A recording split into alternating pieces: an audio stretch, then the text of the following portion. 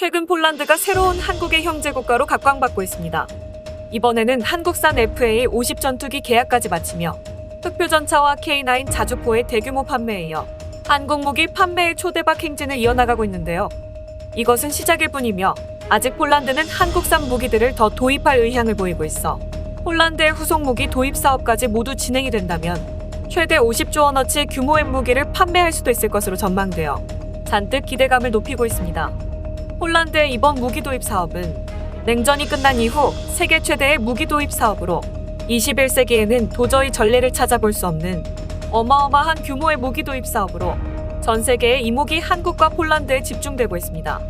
폴란드의 이번 선택을 본 많은 국가들이 폴란드와 유사한 번들 세트로 한국제 무기를 들여올 가능성이 더 높아지고 있기 때문인데요. 폴란드의 신형 전차와 자주포, 전투기 등을 도입하는 이번 사업에서 세계에서 내놓으라 하는 미국제 무기와 독일제 무기 등을 제치고 새로 도입하는 모든 무기를 한국산 무기로 도배를 한 폴란드의 결정으로 세계 무기 시장의 판도가 완전히 바뀌고 있습니다. 최근에는 세계 각국에서 한국 무기 구매에 대한 문의가 지속적으로 들어오고 있다고 하는데요. 이런 분위기를 알 수 있는 것이 최근에 열린 DX 코리아 행사에서 그 뜨거운 열기를 확인할 수 있게 되었습니다. 이번에 개최된 한국의 최첨단 무기를 선보이는 방위산업 전시회인 DX 코리아에서는 세계 40개국 이상의 군 관계자들과 주요 VIP들이 방안을 결정하면서 한국의 무기 도입에 큰 관심을 보이며 한국 무기 도입을 타진하고 있습니다. 한국 무기의 우수함이 폴란드의 무기 도입으로 입증되면서 한국 무기가 최근에 크게 재평가받고 있다는 전문가들의 의견이 나오고 있는 것이죠. 이런 폴란드의 무기 도입 배경에는 한국 무기의 우수함도 한몫하지만 미국과 독일에게 폴란드가 뒤통수를 맞았던 것이 큰 원인이었다는 이야기가 나와 최근에 관심을 끌고 있는데요. 이번 시간에는 21세기 세계 최대의 무기 사업이 된 폴란드가 한국 무기를 선택하게 된 배경과 앞으로 한국 무기가 미국과 유럽제 무기를 대신해 나토의 주력 무기로 부상할 수밖에 없는 상황에 대해 자세히 알아보겠습니다.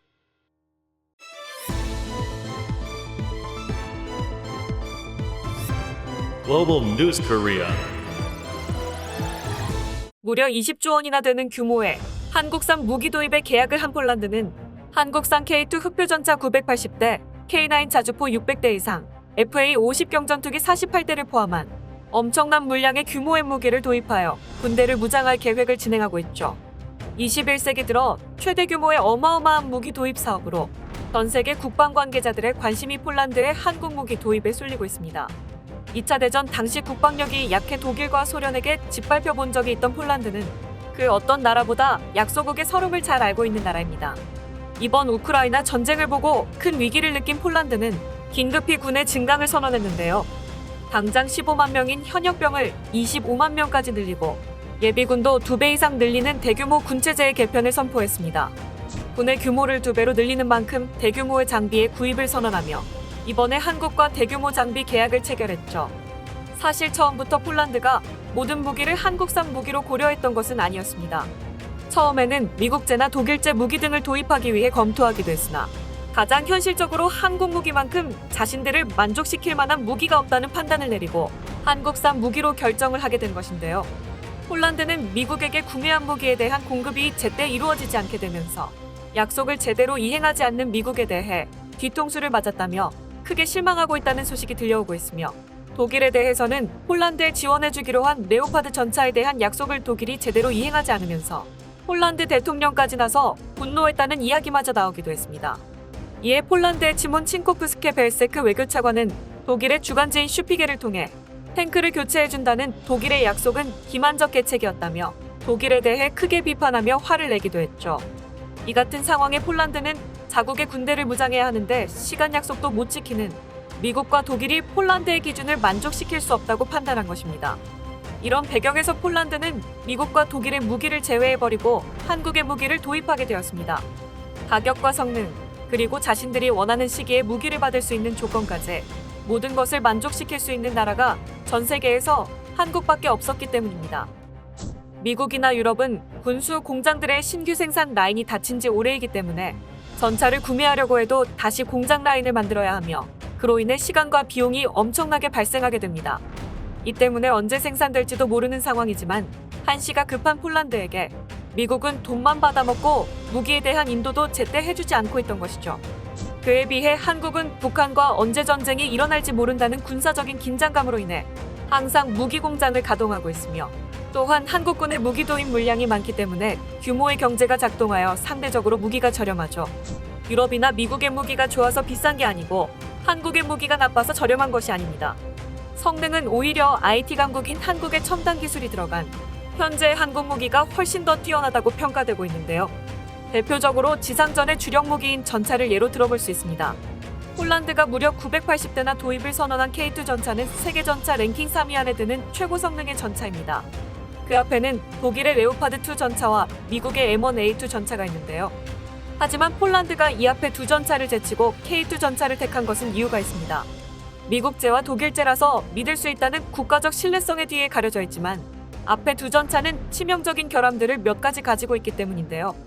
현재 독일의 주력 전차인 레오파드2 시리즈 전차는 A1부터 A7까지 다양한 개량형이 있으며, 최신 개량형인 A6와 A7은 세계 최고의 전차라는 평가까지 받아왔죠.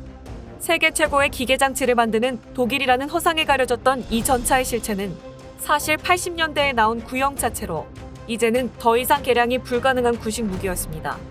레오파드2는 안에 들어있는 전자장비가 너무나도 구식인데, 이것을 바꿀 비용이 모자라 최신 개량형에도 80년대에 나온 컴퓨터를 사용하며, 안에 탑재되어 있는 전자장비는 전부 80년대에 나온 구식 장비를 사용하고 있습니다.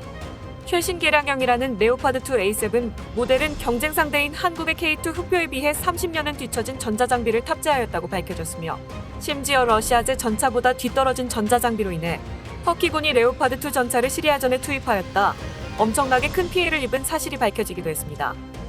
독일 무기의 허상이 사라진 지금에는 전문가들 사이에서는 독일의 레오파드2 전차는 한국의 흑표 전차의 비교 대상조차 되지 않을 정도로 좋지 않은 물건으로 취급되고 있습니다. 또한 흑표의 또 다른 라이벌인 미국의 M1A2 전차는 한국의 흑표 전차보다 우수한 성능을 가졌다고 평가되지만 치명적인 결함이 있습니다. M1A2 전차는 장갑제와 포탄에 방사능 물질인 열화우라늄을 집어넣어 방어력과 공격력이 K2 흑표 전차를 넘어선 세계 최고의 공격력과 방어력을 가진 우수한 성능을 가지고 있습니다. 하지만 그런 우수한 성능을 얻기 위해 미국은 많은 것을 희생했습니다. 방사능 물질인 열화우라늄을 사용하였기 때문에 실제 전쟁터에서 이 전차를 탔던 승무원들이 원인 모를 병에 걸리거나 하는 일이 발생했고, 이런 문제 때문에 미국에서는 전역한 군인들이 국방부를 상대로 수많은 소송을 제기하기도 하는 등 큰 사회적인 문제마저 낳고 있는 상황입니다. 우수한 성능을 얻기 위해 너무 많은 것을 희생한 무기였던 것이죠. 이 때문에 수출용 M1A2 전차에는 열화우라늄을 제거했고, 열화우라늄을 제거한 수출용 전차는 흑표보다 성능 면에서 한 수 아래인 것으로 평가되고 있습니다. 한국의 K2 전차도 엔진의 파워팩에 문제가 있다는 이야기거리가 나오고 있지만, 미국이나 독일 전차의 치명적인 결함에 비하면 아무것도 아닌 수준입니다. 이런 무기들의 성능들을 비교해보면 폴란드가 단순히 한국산 무기를 가격이 저렴하다고 선택한 것이 아니었다는 것을 알 수 있습니다. 폴란드가 이번에 선택한 K2 흑표 전차나 K9 자주포는 객관적으로 봤을 때도 세계 최고 성능이라고 할 수 있는 무기입니다. 이번에 같이 구매를 결정한 FA50 전투기는 체격이 작은 경공격기이지만 빠른 기동성과 우수한 무장 호환성으로 좋은 평가를 받고 있습니다. 또한 폴란드는 KF-21에도 관심을 보이며 FA50의 구매를 계기로 KF-21도 구매가 가능할 것으로 보이고 있습니다. 여기서 더더욱 기대가 되는 점은 이번 폴란드의 한국 무기 구매 행보로 다른 유럽 국가들도 한국 무기에 관심을 돌리고 있다는 것입니다. 특히 이번에 개최된 DX 코리아 행사에서는 세계 각국의 VIP들이 참가하여 한국 무기 구매에 관심을 보이고 있는데요. 지금까지 우수한 성능에 비해 인지도가 낮았던 한국 무기들이 폴란드의 선택으로 인해 최근 들어 크게 주목을 받고 있습니다.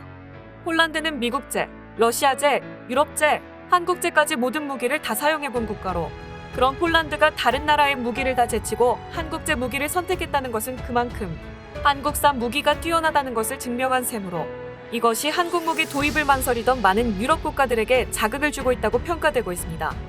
이번 대규모 계약으로 인해 한국산 장비가 나토에서 최대 숫자를 차지하게 되며 그야말로 나토군의 주력 무기로 자리 잡을 수 있게 되었으며, 유럽 각국에서 한국 무기 구매에 많은 문의가 들어올 것으로 예측되고 있어 한국 무기가 이제 유럽 표준 무기가 될 수 있는 기회가 되었습니다. 현재 중동과 유럽에서 초대형 주문들이 쏟아져 나오고 있어 오히려 국방부 관계자들이 당황할 정도라고 하는데요. 원하는 대로 다 만들어준다는 한국 무기의 행보는 앞으로 세계 4대 무기 강국으로 부상할 수 있다는 전망이 나오고 있어 한국은 방산업계에 떠오르는 다크호스로 세계적으로 주목을 받고 있습니다. 오늘 준비한 소식은 여기까지입니다. 끝까지 시청해주셔서 감사합니다. 영상이 마음에 드셨다면 구독과 좋아요를 눌러 응원 부탁드리겠습니다.